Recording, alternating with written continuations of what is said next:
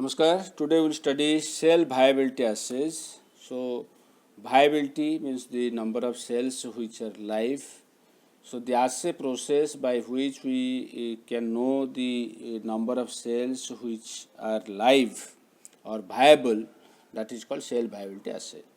And we use two types of methods. Those methods which require incubation period with a reagent like tetrazolium, Resazurin, and second is those methods which do not require incubation period with a reagent. There is no requirement of incubation period, and other method is there is requirement of incubation period. So this first type methods requiring incubation period with a reagent, it can be of three types: tetrazolium reduction assay, Resazurin reduction assay, protease activity assay. And those methods which do not require incubation period, they are of two types: ATP assay and the real-time assay. This tetrazolium reduction assay is again of two types: MTT, those reagent which can penetrate into cells, and those which do not readily penetrate into cells, that is MTS. So what is this MTT and MTS? So these are the tetrazolium compounds. So this tetrazolium compounds is of two types. One, those which are positively charged and can readily penetrate viable eukaryotic cells. MTT full form 3,4,5-dimethyl thiazolil, thiazol 2-il, 2,5-diphenyl tetrazolium bromide. So M for this methyl and T for thiazol and T for tetrazolium. And here there is 2,5-diphenyl.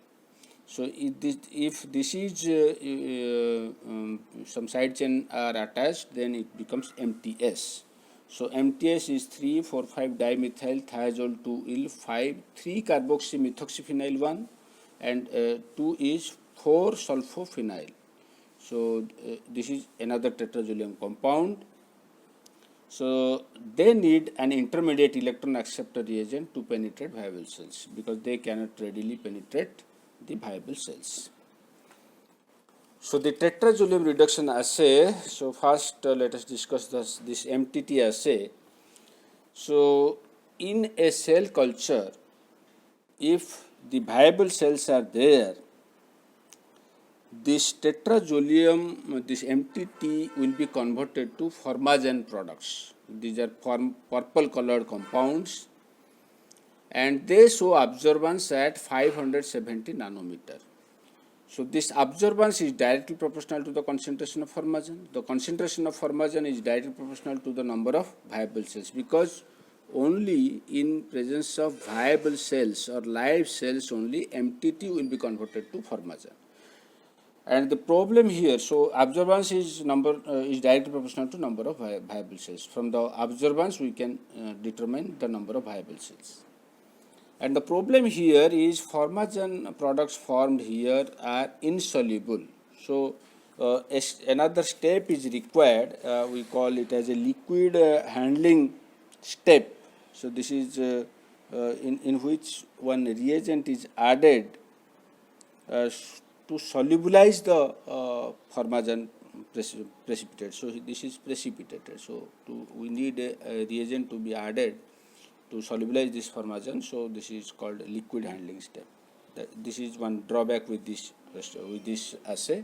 Otherwise, from this at 570 nanometer we can measure the absorbance. From that absorbance we can know the number of viable cells. Then MTS tetrazolium reduction assay. Here since MTS cannot readily penetrate into the cells, we need another reagent, that is called phenazyne methyl sulfate or phenazyne ethyl sulfate. So in presence of cell culture, so in presence of only viable cells, the MTS will be converted to formagen. So these formagen products are soluble, and this is again the color compound, the purple color compound. These are soluble, and the absorbance here is measured at 490 to 500 nanometer. 490 to 500 nanometer, and the absorbance is directly proportional to the number of viable cells. Then we have the Resazurin Reduction Assay. So here the Resazurin in physiological buffer is used. So in presence of the viable cells, so if this reagent is added to the cell culture, then Resazurin in presence of viable cells will be metabolized to Resorupin, which is pink colored as well as fluorescent. So it will produce a fluorescent signal, and the intensity of fluorescence is directly proportional to the number of viable cells.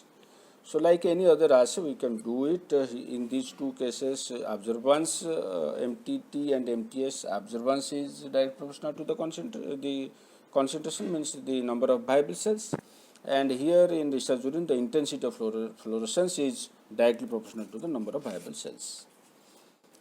Then those methods which do not require, then the third method which is called the protease activity assay. So here the protease or the aminopeptidase which can separate amino acids from a protein, that is used as the principle. And here we use the substrate as glycyl phenyl aminofluorocoumarin GFAFC. Here for F it is phenyl, glycyl, G for glycyl, F for phenyl, though it could have been a P. So glycyl phenyl aminofluorocoumarin is used. So if the cells are live, then they will provide this enzyme aminopeptidase, this protease, and this will separate the glycine as well as phenyl, and the compound will become aminofluorocoumarin. And this aminofluorocoumarin will provide the fluorescent signal, and the intensity of fluorescence now will be directly proportional to the number of viable cells, because in presence of viable cells only this enzyme will be provided which can separate these two amino acids, glycine and phenylalanine. Then so phenylalanine and glycine, these are the two amino acids. So here we can have this is actually phenylalanyl. So this should be written as this one, glycyl phenylalanyl aminofluorocoumarin. So this glycine and phenylalanine will be separated from this. Then the method which do not require incubation period, that is called ATP assay. So here we need one ATP detection reagent, which is usually a detergent whose function is to lyse the cell. Then the ATP is produced, we need to stabilize the released ATP, so we need one ATPase inhibitor. We need luciferin, the substrate, and we need luciferase, the enzyme. So if we add a detergent to the cell culture, then it will lyse the cell. This cell lysis will be there, and the ATP released will be stabilized because we have added one ATPase inhibitor. So ATP is produced in presence of luciferin, and luciferase will produce the photons, and these photons are directly the intensity will be directly proportional to the ATP, which will be directly proportional to the number of viable cells, and in this way we can assay the number of viable cells, or cell viability assay can be done. So the measurement of ATP using this luciferase is the firefly enzyme. So in presence of the measurement of ATP using firefly luciferase is commonly used cell viability assay method. And here, so we can say in presence of the ATP detection reagent, that is the detergent, and ATPase inhibitor, the luciferin in presence of luciferase will produce the photons, which will be directly proportional to the number of viable cells.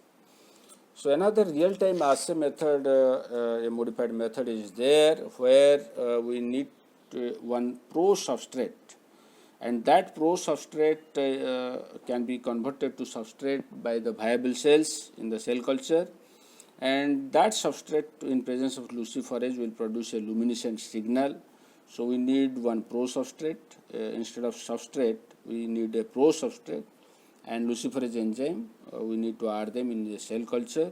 So the pro-substrate will be converted to the substrate, which will produce the luminescent signal in presence of luciferase enzyme. And the intensity of that luminescent signal is directly proportional to the number of viable cells. So these are all methods. These are the 5 methods by which we can do the cell viability assays. Thank you.